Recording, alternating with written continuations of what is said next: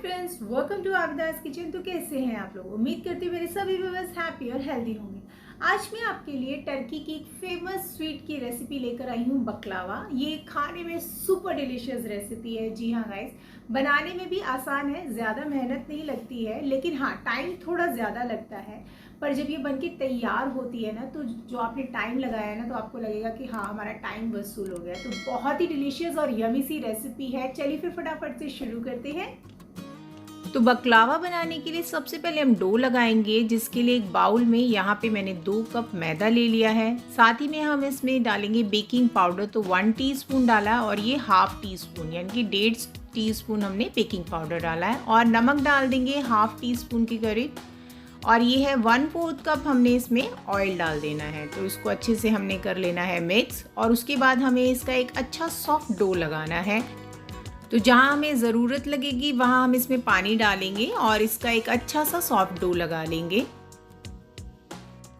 तो ये देखिए, मैंने इसे सेल्फ पे लगाया है। इस मैट पे हमने इसे अच्छे से नीट करना है। आपको पता है मैदा है तो उसको हमें इस तरह से स्ट्रेच करना होता है ताकि उसके अंदर अच्छे से जो है लचक आए। तो ये देखिए, डो हमारा रेडी है। तो इसे 1.5 से 2 घंटे के लिए रेस्ट करने के लिए रख देंगे। और अब हम चाशनी बना लेते हैं। तो 1 कप चीनी ली है मैंने और इसमें हम 1/3 कप पानी डाल देंगे। ज़्यादा पानी नहीं डालना है, हमें थोड़ी सी थिक चाशनी चाहिए। और ये हाफ लेमन लिया है जिसका हम ऐसे स्क्वीज़ कर लेंगे।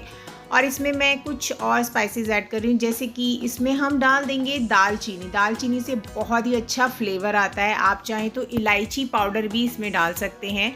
तो मैंने इसमें यहाँ पे ये छोटी सी दालचीनी की एक स्टिक डाली है। जो चाशनी होती है ना, वही बड़ी अच्छी फ्लेवरफुल होती है इसकी। तो और मैं यहाँ पे 1 टीस्पून के करीब केवड़ा जल डाल रही हूँ इसमें। आप चाहें तो गुलाब जल डाल सकते हैं। जो भी खुशबू आपको पसंद हो वो आप इसमें ऐड कर सकते हैं। तो हमें इसे बॉईल कर लेना है। तो ये देखिए, चीनी हमारी अच्छी से घुल गई है, इसमें उबाला आना शुरू हो गया है। लेकिन हमें इसे थोड़ा सा ना थिक करना है। 1-2 तार की चाशनी नहीं बनानी है, बस थोड़ी सी थिक चाशनी बनानी है हमें इसकी।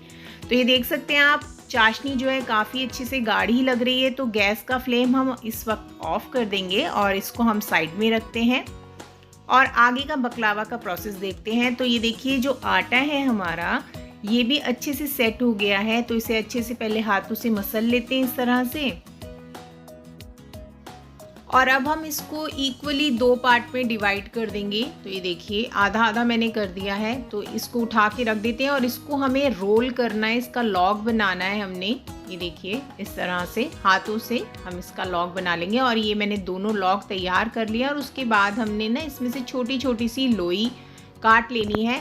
तो मैं टोटल 22 लोई इसमें से काट रही हूँ। एक लॉग में से मैंने 11 और एक में से 11 काटी है मैंने।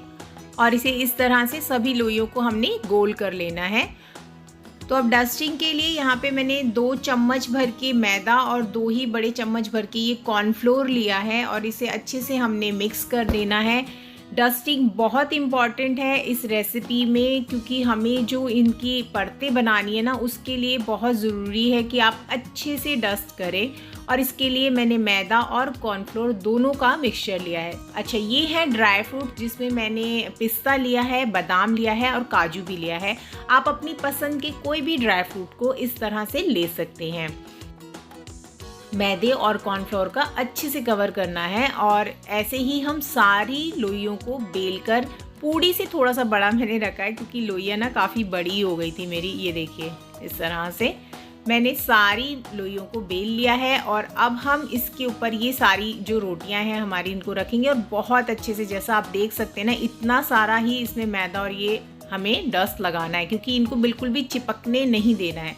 उसके बाद हम इन्हें फिर से बेलना शुरू करेंगे। और बीच बीच में ये देखिए, जैसे ही हमें लगे कि किसी के नीचे नहीं है और वो चिपकने लगी है, जैसे कि यहाँ पर, तो मैंने इस पे बहुत अच्छे से इनको अलट पलट करके इसमें वापस उस वही डस्टिंग की है। ये देखिए, और फिर से हमें इनको बेल लेना है। तो ये देखिए मैंने दोनों को बेल लिया है, मतलब 11 उस तरफ है और 11 इस तरफ है। और एक टिन ले लेंगे, बेकिंग टिन, किसी भी शेप की आप ले सकते हैं। और यहाँ पे मैंने घी भी गरम कर दिया है, तो वो 4 चम्मच घी लिया है देसी मैंने। और ये जो टिन लिया है जिसमें हमें इसे बेक करना है, तो अब हम क्या करेंगे ना, इसकी साइज़ की कट कर लेंगे। देखिए आप कितनी भी कोशिश कीजिए साइज़ तो इक्वल नहीं आएगा, बड़ा छोटा हो जाता है, लेकिन कुछ भी इसमें से वेस्ट नहीं जाएगा, अभी आप आगे देखिएगा।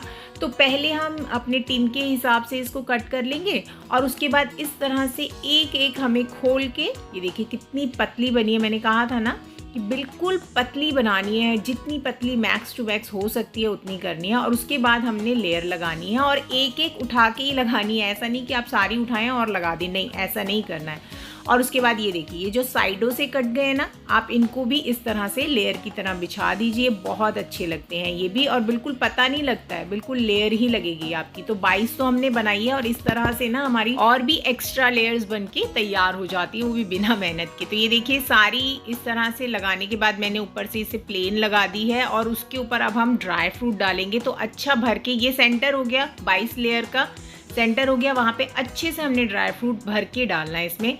और फिर से हमने प्लेन वाली लगानी है और उसके बाद जो कटिंग्स हैं जो साइड की वो भी लगानी है, ये देखिए। और फिर से हमने उसमें प्लेन वाली लगानी शुरू कर देनी है। अच्छा, जब लास्ट की 5-10 बज जाएगी ना, तो यहाँ पे मैं जब 5-10 बजती है उसमें भी मैं थोड़ा थोड़ा सा ड्राई फ्रूट डालती हूँ, ताकि जो ऊपर की लेयरिंग है ना उसमें भर के ड्राई फ्रूट आए। तो ये देख सकते हैं आप, मैंने 3-4 बार इसमें इस तरह से ड्राई फ्रूट डाल दिया। तो जब आप इसको खाएंगे ना तो आपको बहुत ही डिलीशियस लगने वाला है। अच्छा, अब हमने इसकी कटिंग कर लेनी है। कटिंग हमें इसी वक्त करनी है, मतलब अगर एक बार ये पक गया तो ये इतना क्रिस्पी होता है ना, तो उस टाइम आप इसे काट नहीं पाएंगे, ये पूरा टूट जाएगा। तो इसलिए इस वक्त हमें इसमें कट लगाने होते हैं। और ये जो हमने 4 चम्मच घी गरम किया था ना, ये हमें सारा इसके अंदर डाल देना है।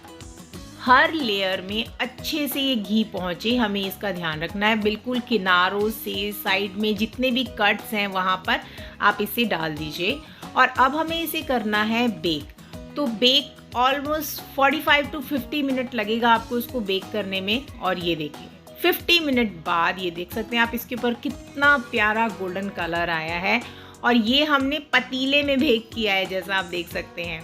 तो अब हम इस पे गर्मा गर्म सिरप डाल देंगे, क्योंकि सिरप ठंडा हो गया होगा रखा रखा, तो उसको आप गर्म कर लीजिएगा। जैसा आपने देखा गर्म है सिरप, बबल्स आ रहे हैं। तो अभी इस वक्त हम इस पे डाल देंगे ड्राई फ्रूट, क्योंकि जब हमने सिरप डाला तो ये ऊपर से जो चिपचिपा हुआ है चाशनी की वजह से, ये जो ड्राई फ्रूट हम डालेंगे ना इसके ऊपर तो ये चिपक जाए।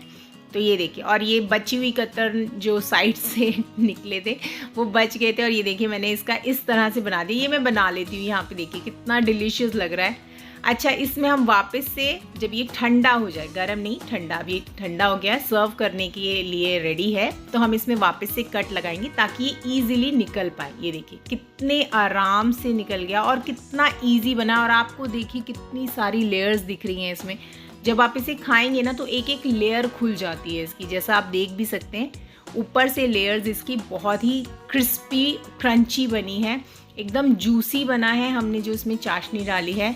तो फ्रेंड्स, ये थी बकलावा की रेसिपी। उम्मीद है वीडियो आपको पसंद आई होगी, रेसिपी आपको पसंद आई होगी। और अगर पसंद आई है तो लाइक शेयर कीजिएगा, चैनल को सब्सक्राइब कर लीजिएगा और कमेंट में ज़रूर बताइएगा कि आपको ये रेसिपी कैसी लगी। तो आज के लिए इतना, मिलते हैं नई रेसिपी में, तब तक के लिए अल्लाह हाफिज़, बाय।